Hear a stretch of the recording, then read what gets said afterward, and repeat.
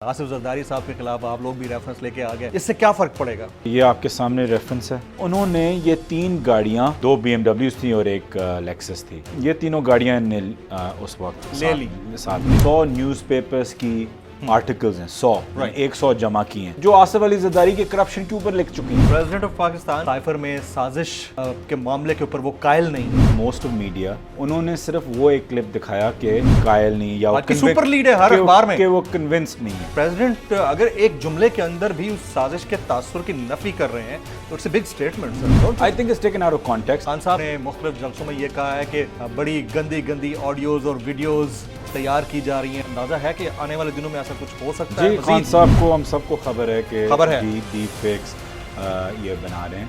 Leaks करवा कौन है? उन्होंने मुबैना 2 हैकर्स पकड़ लिए हैं। जब हमने पूछा कि कौन जिम्मेदार है इस लीक का, 2 बच्चे कहीं स्कूल में पढ़ते होंगे, उनको उठा लिया। गवर्नमेंट ने 41 करोड़ रुपए की ग्रांट की मंजूरी करवा ली है। मैं वाज़ेह तौर पे कह दूं कि no amount of money can stop the long march. Jameel Farooqui उठा लो, बगैर वारंट के अंदर डाल दो, कोई नहीं पूछता।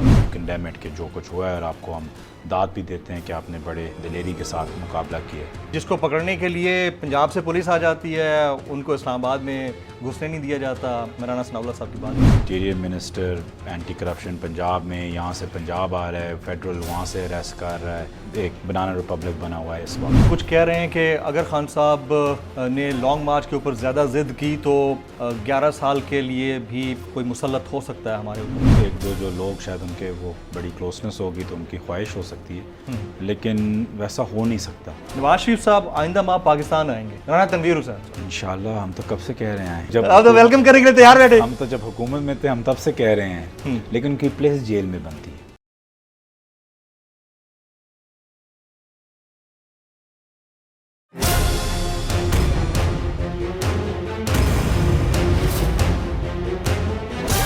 From the Islamabad studios of Bol Network, it's time for Jameel Farooqi on National Debate. Good evening, welcome to national debate. आज साबिक वज़ीर आज़म पाकिस्तान और चेयरमैन पाकिस्तान तहरीक इंसाफ इमरान खान ने लाहौर का दौरा किया और पंजाब के वज़ीर दाखिला के हवाले से जो 3 नाम सामने आ रहे थे, उनमें से एक को मुशीर दाखिला बनाने के हवाले से हतमी या उसूली फैसला कर लिया गया है। लेकिन इस खबर के बीचों बीच एक और इम्पॉर्टेंट खबर है, वो ये कि पाकिस्तान तहरीक इंसाफ ने पाकिस्तान पीपल्स पार्टी के खिलाफ काउंटर स्ट्राइक की है और उसूली तौर पर जिस तमाम तर सिचुएशन का सामना पाकिस्तान तहरीक इंसाफ के चेयरमैन इमरान खान साहब को करना पड़ रहा है और तोशाखाना रेफरेंस के ऊपर, नाहली रेफरेंस के ऊपर जो महफूज फैसला है उसकी मुंतजर है पाकिस्तान तहरीक इंसाफ। लेकिन काउंटर स्ट्राइक की गई आसिफ जरदारी साहब के खिलाफ और उनके खिलाफ रेफरेंस दायर कर दिया गया है नाहली के हवाले से। जुल्फी बुखारी साहब किस तरह से कन्विंस्ड हैं कि इस रेफरेंस के हवाले से फैसला उनके हक में आएगा और इस रेफरेंस का बराह रास्त ताल्लुक जो बनेगा वो उस नाहली रेफरेंस से है जो चेयरमैन पाकिस्तान तहरीक इंसाफ इमरान खान के खिलाफ किया गया। ये कितना कोरिलेट करते हैं, इसका क्या रिजल्ट आएगा, आज की नेशनल डिबेट में इसी पर बातचीत करेंगे। Agenda on the national debate पर बात करने से पहले हम बात करेंगे ट्रेंडिंग टुनाइट की। ट्रेंडिंग टुनाइट आज का हमारा हैशटैग है #the final call. #The final call. मुझे जमील फारूकी कहते हैं, आप मेरा प्रोग्राम नेशनल डिबेट बोल न्यूज़ पर मुलाजा करते हैं। ऑन द डिबेट टुनाइट आज के हमारे मुअज़्ज़ज़ मेहमान हैं पाकिस्तान तहरीक इंसाफ के सीनियर रहनुमा और चेयरमैन पाकिस्तान तहरीक इंसाफ इमरान खान के दस्ते रास्त जनाब सैयद जुल्फी बुखारी साहब। सैयद जुल्फी बुखारी साहब को इस 1-on-1 नेशनल डिबेट में खुश आमदीद कहता हूँ। सर, आप तशरीफ़ लाए, आपको बहुत बहुत शुक्रिया। सबसे पहला सवाल मेरा आपके उस छक्के के हवाले से होगा जो आपने इन काउंटर अटैक दूसरी पार्टी पाकिस्तान पीपल्स पार्टी के ऊपर किया। आसिफ जरदारी साहब के खिलाफ आप लोग भी रेफरेंस लेके आ गए, इससे क्या फ़र्क पड़ेगा?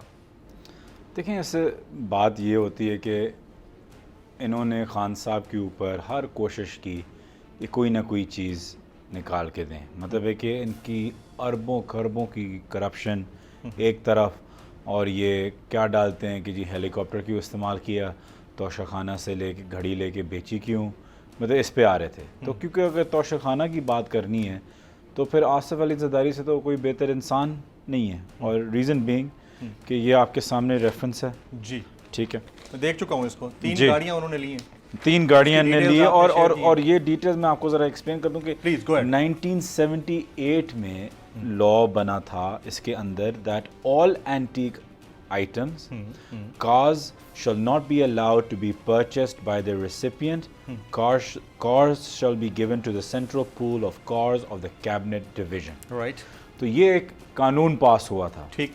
इस पे जब सैयद यूसुफ रज़ा गिलानी साहब Prime प्राइम Minister थे मिनिस्टर उस थे, वक्त. उन्हें एक रिलैक्सेशन दी इनको जी, जी. ऑन द रिक्वेस्ट के प्रेसिडेंट के एमएस ने लिखा था तोशा खाना के सेक्रेटरी, जॉइंट सेक्रेटरी को ऐसे. सही.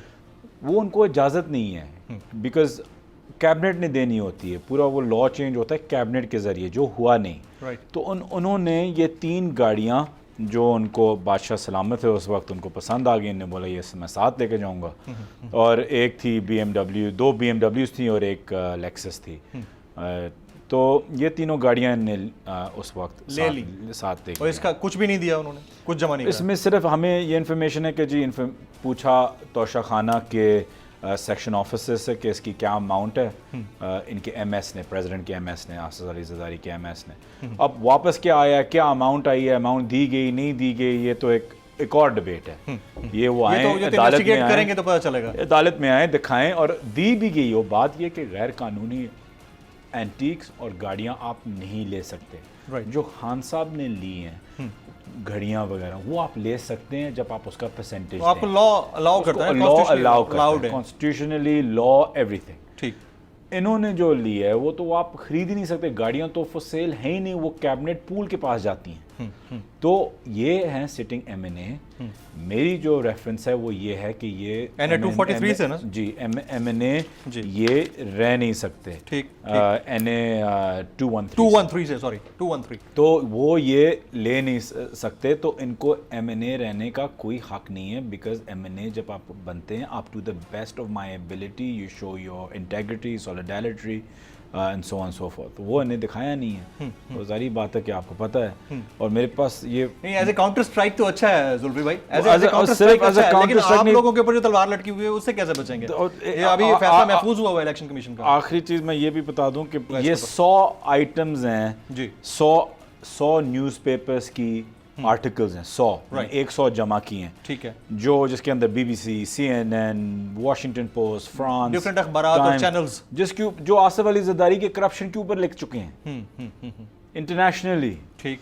मतलब एक तो ये आसिफ अली ज़रदारी एक बहुत बड़ा कैंसर है पाकिस्तानी सियासत के. बट सियासत में अगेन द क्वेश्चन अराइजेस, और वो ये है कि ये तो आपने काउंटर स्ट्राइक तो कर दिया, बड़े लेवल पे काउंटर स्ट्राइक कर दिया, और आपके पास इसके सबूत हैं, ज़ाहिर है आप इसको प्ली कर रहे हैं. बट अगेन जो खान साहब के ऊपर तलवार लटक रही है, नाअहली की इलेक्शन कमीशन के तोशा खाना रेफरेंस के ऊपर फैसला महफूज है, उससे कैसे बचेंगे? देखें, वो कानून पे देखें तो वो कैसे हटाएंगे उनको, किस कानून के तहत? नहीं, इलेक्शन कमीशन तो दे सकता है ना फैसला, ठीक है. आप हाँ, उसको बाद में किस सुप्रीम कानून? कोर्ट में चैलेंज कर सकते हैं. चैलेंज कर सकते हैं और करेंगे अगर खुदा न खास्ता गलत हो. लेकिन किस कानून के तहत? मतलब इलेक्शन कमिश्नर वैसे ही एक्सपोज हो गया पूरे पाकिस्तान के सामने, वो मजीद अपने आप को ज़्यादा एक्सपोज करेगा. मतलब पाकिस्तान के में एक लिहाज से रहने के काबिल नहीं रहे होगा, क्योंकि पूरा एक्सपोज हुआ है सबके सामने. और खान साहब को खुदा न खास्ता अगर वो ऐसा कोई फैसला दे, कोई कानून है नहीं, किस चीज़ पे वो करेंगे? तोशा खाना की एक एक चीज़ वहाँ है, एक एक चीज़ डिक्लेयर एक चीज़ डिक्लेयर्ड है, उसको खरीदी गई है, और फिर जो भी उसके साथ हुआ वो उनकी अपनी अमानत है. वो चाहे तोड़ दें, गिफ्ट कर दें, बेच दें, वो उनकी प्रोगेटिव है. वो जो मर्जी करें उनके साथ. एक दफ़ा आपने चीज़ खरीद ली, वो आपकी है. राइट. अब प्रेसिडेंट ऑफ पाकिस्तान की स्टेटमेंट आपकी नज़र से गुजरी होगी. गुज़िश्ता रोज़ एक शो पे उन्होंने बोला है गो के उनका कॉन्स्टिट्यूशनल ओहदा है, वो अपने ओहदे के मुताबिक बड़े बैलेंस चल सकते हैं. लेकिन अगेन ये बड़े शुकूक व शुबहात पैदा कर देता है कि साइफर में साजिश के मामले के ऊपर वो कायल नहीं है. ये बहुत बड़ी बात नहीं है? देखिए, आई थिंक अगर आप देखें मोस्ट ऑफ मीडिया ख़ास तौर पे इस वक्त जो गवर्नमेंट के बहुत ही करीब हैं, उन्होंने सिर्फ वो एक क्लिप दिखाया कि वो कायल नहीं, या सुपर लीड है हर अखबार में कि वो कन्विंस्ड नहीं है. हाँ. लेकिन अगर आप पूरा क्लिप देखें जो मेरे पास है, आप चला भी बेशक दें, वो पूरा एक्सप्लेन करते हैं कि जो कंस्पिरेसीज होती हैं आपको कभी कभी 20 साल बाद पता चलती हैं, कभी 50 साल बाद पता चलती हैं. वो हर एक कंस्पिरेसी को बताते हैं. उन्होंने इवन जुडिशियल तहकीकात की भी रिक्वेस्ट की है, वो भी उन्होंने चीफ जस्टिस को भी किया, लेकिन खुद प्रेसिडेंट को भी डिक्लासिफाई करके भेजा गया था. नामुनासिब लैंग्वेज, जिस तरीके के ने लफ्ज़ इस्तेमाल किए हैं अमेरिका के काउंटर पार्ट ने, वो बिल्कुल ही नामुनासिब हैं.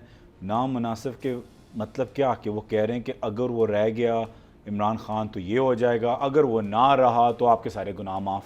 लेकिन वो साजिश के गुनाह तासुर की माफ। नफी तो कर रहे हैं। जी जी, मैं आई गॉट योर मतलब है कि गुनाह माफ, मतलब है सोचे कि जज़ा और सजा का फैसला इंसान- वो करेंगे। एक इंसान एक दूसरे इंसान को कह रहा है कि जा तेरे गुनाह माफ, मतलब है कि आप समझ रहे हैं I कि understand. हम किस ये फैसला लेवल किसी पे और ने करना है। किस लेवल पे आ रहे हैं और बातें क्या हो रही हैं और हम कह रहे हैं कंस्पिरेसी है नहीं, और आगे बंदा कहता है जा तेरे गुनाह माफ अगर शहबाज आ गया। मतलब सोचें सर एक सेकंड के लिए क्या। लेकिन अगेन प्रेसिडेंट अगर एक जुमले के अंदर भी उस साजिश के तासुर की नफी कर रहे हैं तो it's a big statement sir, don't I think it's taken out of context. Like I said, अगर आप उसका प्री सुना है स्टेटमेंट देखें सारा। और उसके बाद में वो पूरा आपको कंस्पिरेसी पे कंस्पिरेसी कंस्पिरेसी पे कंस्पिरेसी बताते जा रहे हैं। तो वो कह रहे हैं इस पे तहकीकात हो कि सब फुली कन्विंस्ड अगर हो सकें, कि इस वक्त अगर नहीं है तो कन्विंस्ड हो। जब कोई भी कंस्पिरेसी हुई है उस वक्त वो एक्सप्लेन कर रहे हैं कि आपको वो कन्विंस नहीं कर पाते कि ये कंस्पिरेसी है। लेकिन उसके फ़ौरन 20 साल बाद 10 साल बाद जब आप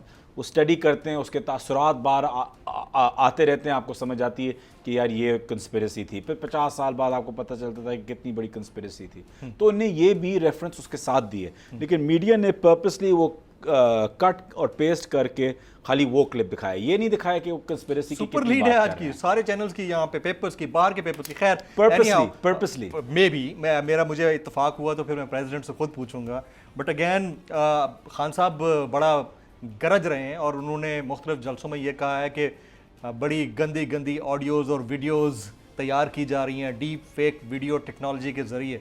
आप लोग आपको अंदाज़ा है कि आने वाले दिनों में ऐसा कुछ हो सकता है? जी, खान साहब को हम सबको खबर है कि खबर है। डी फेक्स ये बना रहे हैं।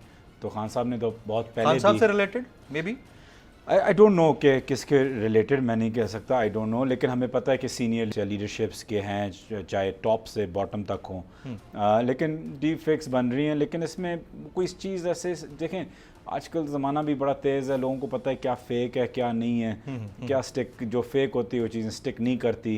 तो बात वहाँ ख़त्म ही जमती नहीं है, बात जमती नहीं है। लेकिन आप देखें कि वो किस गलीज़ हरकत तक जा सकते हैं। पहले लीक्स, अभी तक तो हम ये खान साहब की बिल्कुल बात सही है कि हम लीक्स में बात कर रहे हैं कि जो है उसमें बोला गया या नहीं बोला गया।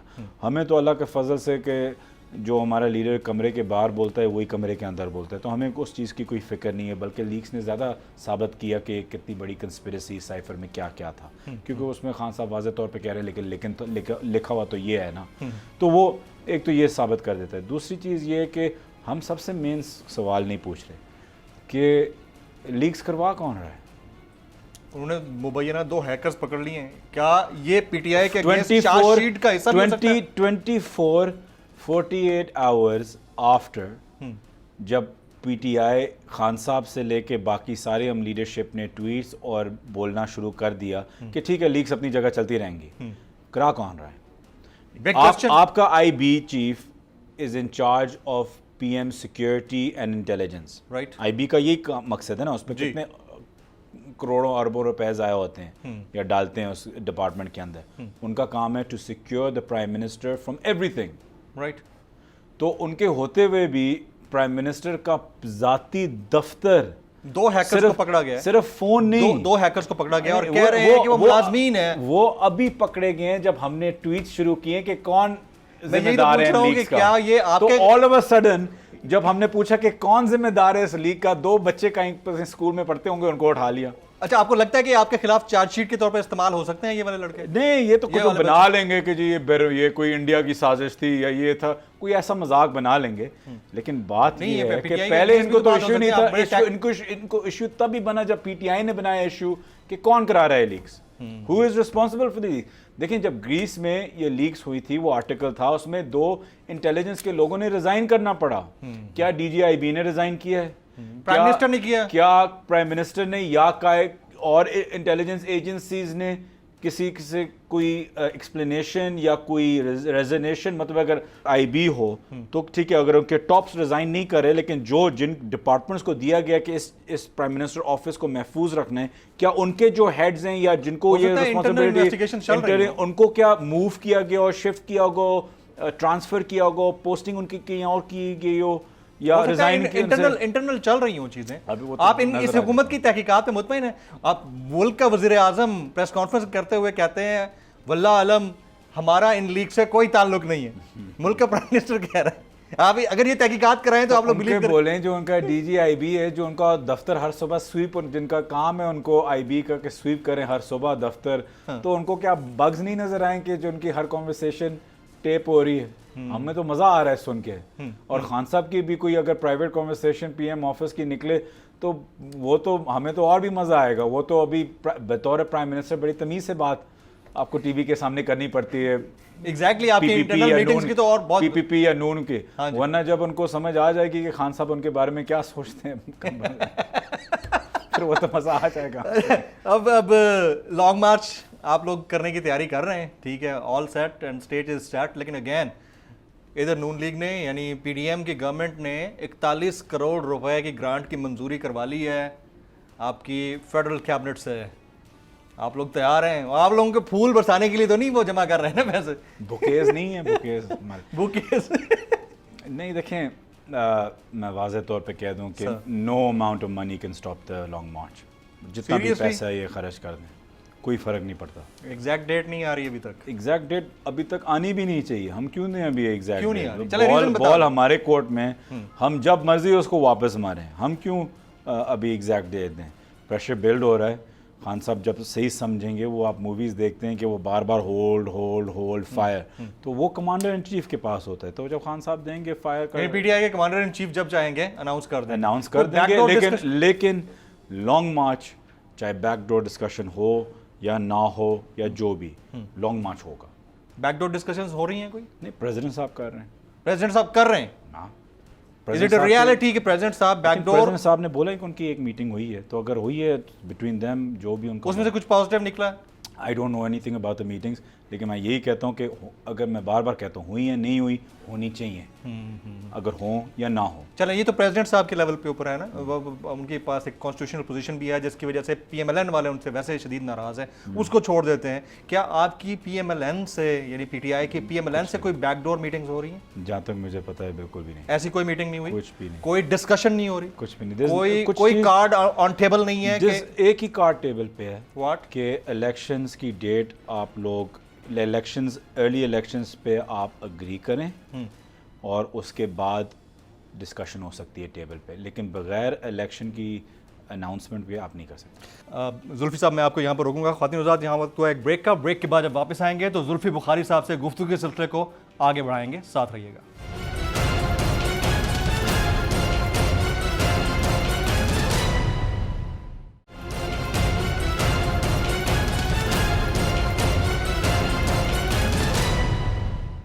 Welcome back. जुल्फी बुखारी साहब को इस 1-on-1 नेशनल डिबेट में एक बार फिर से खुश आमदीद कहता हूँ। सर, खान साहब कह रहे हैं कि मैंने तबकाती निज़ाम ख़त्म करके यकसा निज़ाम तालीम लाने की कोशिश की ताकि गरीब का बच्चा भी इस मुल्क में वज़ीर आज़म बन सके, लेकिन इस मुल्क में लॉ एंड ऑर्डर की सिचुएशन ऐसी है, जमील फ़ारूकी उठा लो बगैर वारंट के अंदर डाल दो, कोई नहीं पूछता। शहबाज गिल को उठा लो अंदर डाल दो, कोई नहीं पूछता। इमरान रियाज खान को, बाकियों को, लेकिन जिसको पकड़ने के लिए पंजाब से पुलिस आ जाती है उनको इस्लामाबाद में घुसने नहीं दिया जाता। मौलाना सनाउल्लाह साहब की बात करो तो ये तबकाती निज़ाम है, इससे कब निकलना है हमने? देखें, पहले बात तो ये है जमील भाई, मेरा तो आपके साथ पहला शो है जब से आप बेल पे आए हैं। तो मीडिया के साथ एज अ होल, चाहे इमरान रियाज साहब हों, आप हों, बाकी भी एक दो और भी थे जिनके साथ हुआ है ज़्यादती, मैं इनको, आपको पता है कि हम सब इसको बड़ा कंडेम करते हैं, ख़ास तौर पे जो आपके साथ हुआ।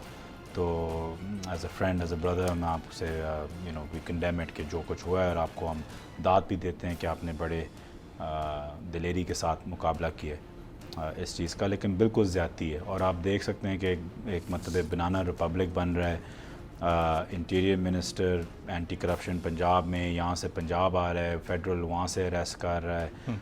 अब लोगों को मतलब है कि जाहिद ज़मान साहब, हामिद ज़मान साहब ने, एप्टमा के चेयरमैन भी हैं, उन्होंने एक प्रेस कॉन्फ्रेंस की कि पता नहीं 1200 मिल्स बंद या यूनिट्स बंद हो रहे हैं, तो 2-3 मिलियन लोग बेरोज़गार हो चुके हैं, उनको फिर फ़ौरन अरेस्ट कर लिया। तारिक शफ़ी साहब को अभी तक वो हर जगह जाके प्री अरेस्ट बेल ले रहे हैं, बाकियों पे भी। तो आप देख रहे हैं कि एक बिल्कुल एक निज़ाम एक कंप्लीट एक बनाना रिपब्लिक बना हुआ है इस वक्त। तो बहुत मुश्किल हालात हैं इस मुल्क में राइट नाउ अगर आप देखें तो ये हम एक्चुअली रियलाइज़ नहीं कर रहे कि हम बाद में कितना सफ़र करेंगे इस वक्त की वजह से। ये हमें अभी बिल्कुल एहसास PMLN के लोग कुछ कह रहे हैं कि अगर खान साहब ने लॉन्ग मार्च के ऊपर ज़्यादा ज़िद की तो 11 साल के लिए भी कोई मुसल्लत हो सकता है हमारे ऊपर। उनका इशारा मार्शल लॉ की तरफ है। मैं बात कर रहा हूँ साद रफ़ीक साहब की, हसन इकबाल साहब की। आपको लगता है कि ऐसा कुछ हो सकता है अगेन? नहीं, मैं नहीं समझता कि ऐसा कुछ नहीं होगा। हो सकता है। आई थिंक इन एक दो जो लोग शायद उनके वो बड़ी क्लोजनेस होगी तो उनकी ख्वाहिश हो सकती है, लेकिन वैसा हो नहीं सकता। अगर आप सारे टर्म्स भी देखें बतौर if you look at the history of the army, तो उसमें वक्त आता है कि आर्मी पब्लिक सेंटिमेंट आर्मी का हाई होता है पब्लिक में, लो होता है पब्लिक में, और उसको फिर जैसे कि जनरल मुशर्रफ साहब के बाद बड़ा टाइम लगा हील होने में आर्मी की परसेप्शन, और बड़ी मेहनत की गई थी, ये भी हमें किया गया। लेकिन फिर जनरल कियानी साहब आए, उसके बाद फिर राहिल शरीफ साहब आए, उन्होंने फिर बहुत मेहनत की कि पब्लिक परसेप्शन आर्मी का बेहतर करें। वरना मुशर्रफ साहब के एंड में आर्मी के ऑफिसर्स पुलिस की गाड़ी में जाते थे छुप के, हालात ये थे।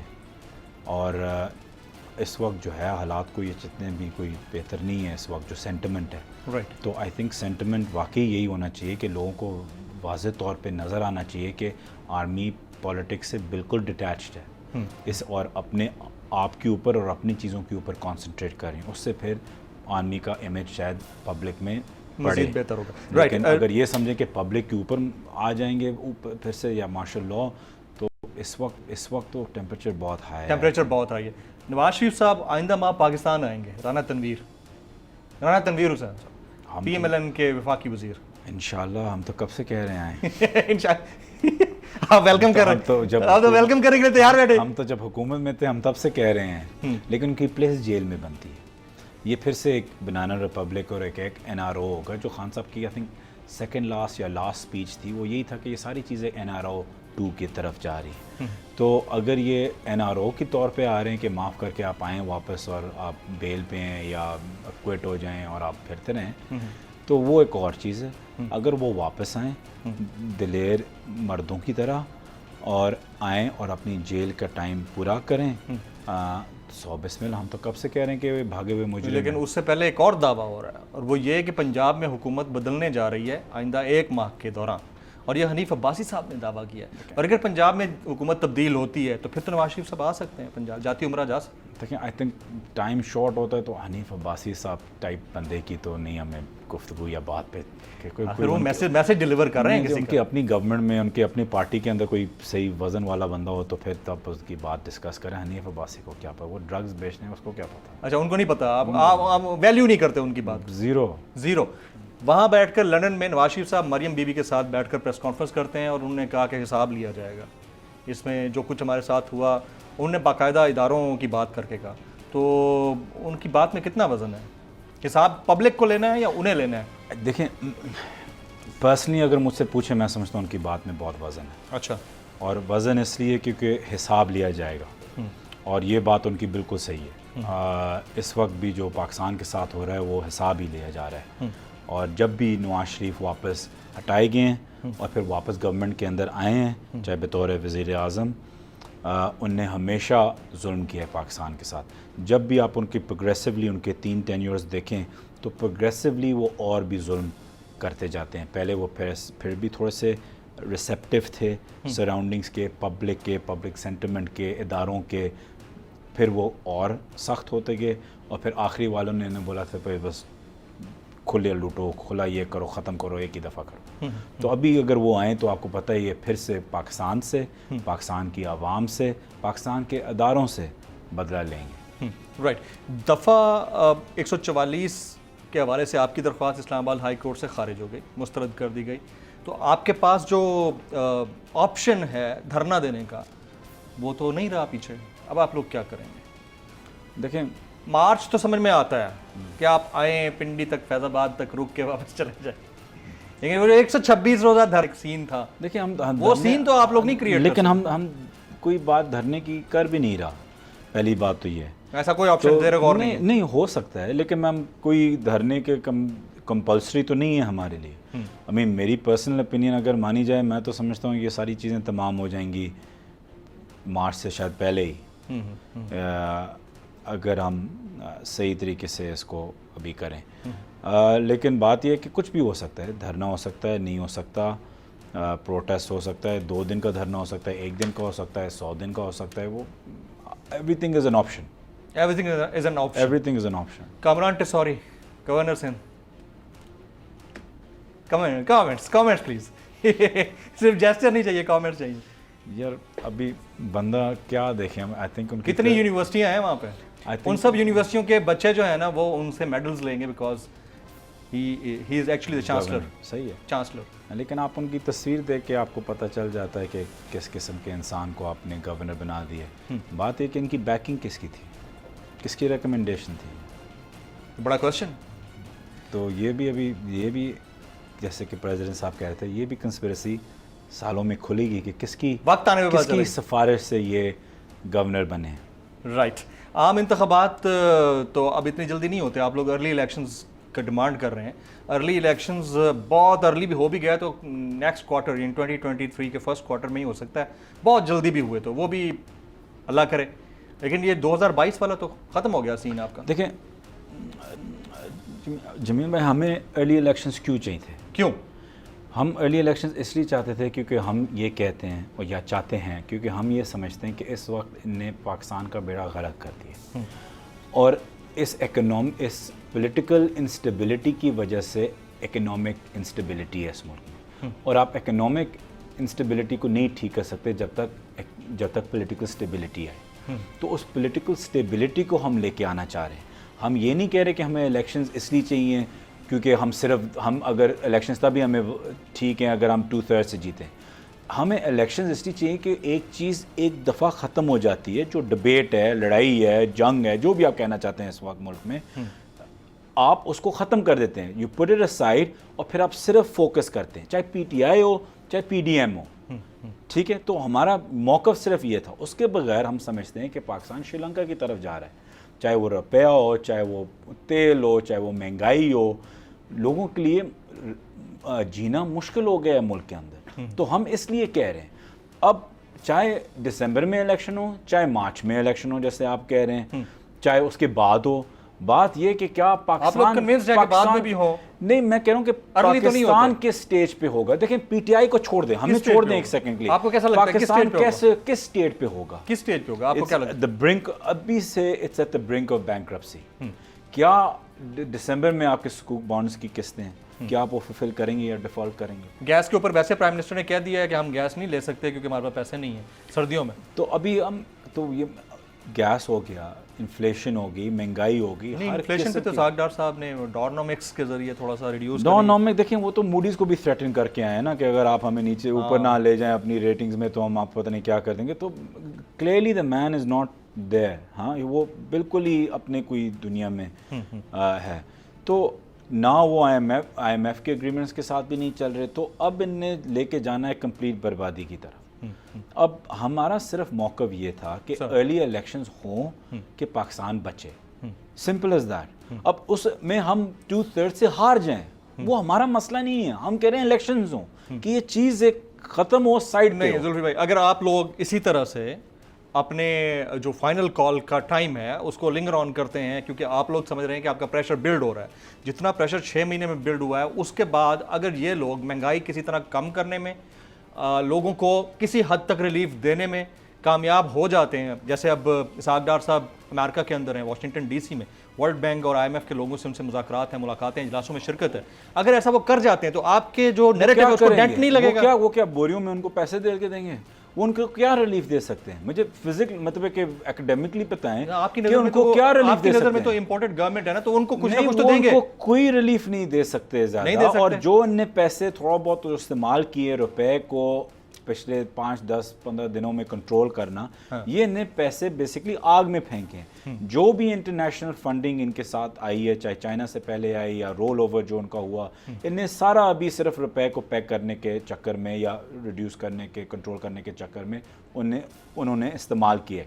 अब वो पैसे भी नहीं रहे। अब ये क्या करेंगे कि फंड्स के जो पैसे, जो फ्लड्स के जो पैसे हैं, वो भी गलत तरीके से इस्तेमाल करके रुपए के ऊपर, क्योंकि उसकी एक ही किस्म की पॉलिटिक्स है या फाइनेंस उनकी है पॉलिसी कि रुपए को किसी तरीके से कंट्रोल करने, चाहे मुझे पूरे मुल्क के पैसे उसके ऊपर लगाने हैं। वो एक लॉन्ग लास्टिंग थ्योरी नहीं है, वो चल ही नहीं सकती। जैसे कि अभी पैसे ख़त्म हैं, अब उनको व्हाट नेक्स्ट करने की ज़रूरत नहीं। जितना ये नीचे लेके आए हैं पिछले 10-15 दिन में, उससे तो एक दिन में ये स्पाइक चले जाएगा जब मतलब है कि हकीकत बाहर निकलेगी। तो अभी जो ये IMF या वर्ल्ड बैंक के पास गए हैं, इनको क्या रिलीफ मिल सकती है? मतलब कुछ हो नहीं सकता इस किस्म की रिलीफ। और दूसरी चीज़ है, कोई रिलीफ देने के लिए क्यों तैयार होगा जब उनको इस गवर्नमेंट पे पता नहीं है कि स्टेबिलिटी क्या है, चाहे इंटरनेशनल कंस्पिरेसी हो या ना हो। जब आपको नहीं पता कि ये गवर्नमेंट 1 महीने की या 3 महीने के लिए, आप उस पर कितना ट्रस्ट करके अपनी फिस्कल पॉलिसी उसके ऊपर डालेंगे? आप कितना उनको देंगे? आप ये कहेंगे ठीक है अब ये तो हो गया, अब इंटरम आ जाए, उसके बाद जब इलेक्शंस आए, जो भी आए हम उनको अच्छा पैकेज तब दे देंगे। राइट, मतलब ये भी एक हर इंस्टीट्यूशन या हर एक मुल्क की। शहबाज शरीफ आया फिरता रहा, बिलावल फिरता रहा, आई थिंक अभी भी जर्मनी गया हुआ था, पता नहीं वापस आया या नहीं। ये हर जगह फिर रहे हैं, क्यों नहीं किसी को कुछ दिया? फ्लड्स के वक्त आप 6 से 8 बिलियन डॉलर्स वर्ल्ड वाइड क्यों नहीं उठा सके? उससे ज्यादा तो आप लोगों की अपनी जो उससे ज्यादा खान साहब अकेले टीवी पे बैठ के टेलीफोन करते हैं तो वो पैसे उठा लेते हैं और आप देखते हैं कि सबसे बड़े अमाउंट्स उठा लेते हैं। फॉरेन मिनिस्टर की इंटर्नशिप और प्राइम मिनिस्टर की इंटर्नशिप क्यों नहीं इतनी रंग लाई कि वो 6 से 8 बिलियन डॉलर्स, चाहे यूरोप, अमेरिका, GCC फिरे, क्यों नहीं किसी ने इन पे एतमाद करके पैसे दिए? आपको लगता है कि मिसट्रस्ट है? I think this mistrust, I absolutely, even though वो होंगे कि जी हम हर चीज़ आपके मानने वाले हैं, लेकिन क्योंकि ये एक कंसिस्टेंसी और कांस्टेंट नहीं है। देखें, हर मार्केट, हर डिपार्टमेंट, हर मुल्क, हर इंसान कंसिस्टेंसी ढूंढता है। ठीक है, जब चीज़ कंसिस्टेंट होती है तो उसके अंदर आप भरोसा रखते हैं। स्टॉक मार्केट हो जाए, मुल्क हो जाए, वर्ल्ड बैंक हो जाए, कंसिस्टेंसी देखते हैं कि ये यहाँ है। जब वो इसमें कंसिस्टेंसी ही नहीं देख रहे, it's a marriage of convenience, वो उनमें कंसिस्टेंसी नहीं देख रहे, तो उसमें इस वक्त वो अपने आप को लेवरेज नहीं करेंगे, इसलिए इनसे कोई पैसे नहीं उठाए गए। इनने ये बिल्कुल एक फेलियर थे। और मैं आपको ये बता दूं, अर्थक्वेक आया, हाँ, कि millions of dollars of funds उठाए गए दुनिया से, इफ नॉट बिलियन जी। इस वक्त फ्लड्स के वक्त आप अगर आपके सीनियर प्राइम मिनिस्टर और आपके ये नहीं, आप फिर भी नहीं फंड उठा सके। विक्टिम्स के लिए भी आपको सही किस्म की कोई प्लेजेस या डोनेशंस या कुछ भी नहीं मिला, या रिहेबिलिटेशन की तरफ आपको कोई पैकेज किसी मुल्क से नहीं मिला ऑफ एनी बिग डिनोमिनेशन। तो इसका मतलब है कि इट मींस ये दोनों इंटर्नशिप्स लास्ट क्वेश्चन सर, आपकी मीटिंग्स की, इंटरनल मीटिंग्स की खबरें कौन लीक करता है?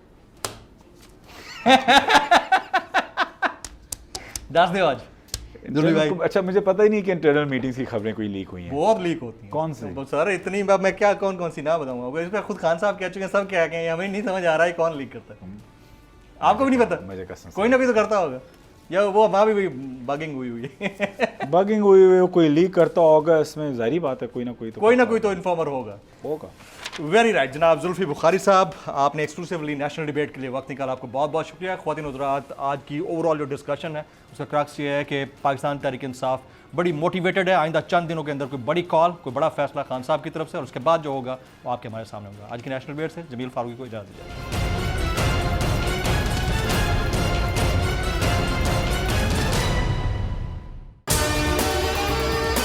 अगर आपको हमारी ये वीडियो पसंद आई हो तो आप लाइक पे जरूर क्लिक कीजिएगा। मैं इमरान खान हूँ, आप बोल्ड न्यूज देख रहे हैं।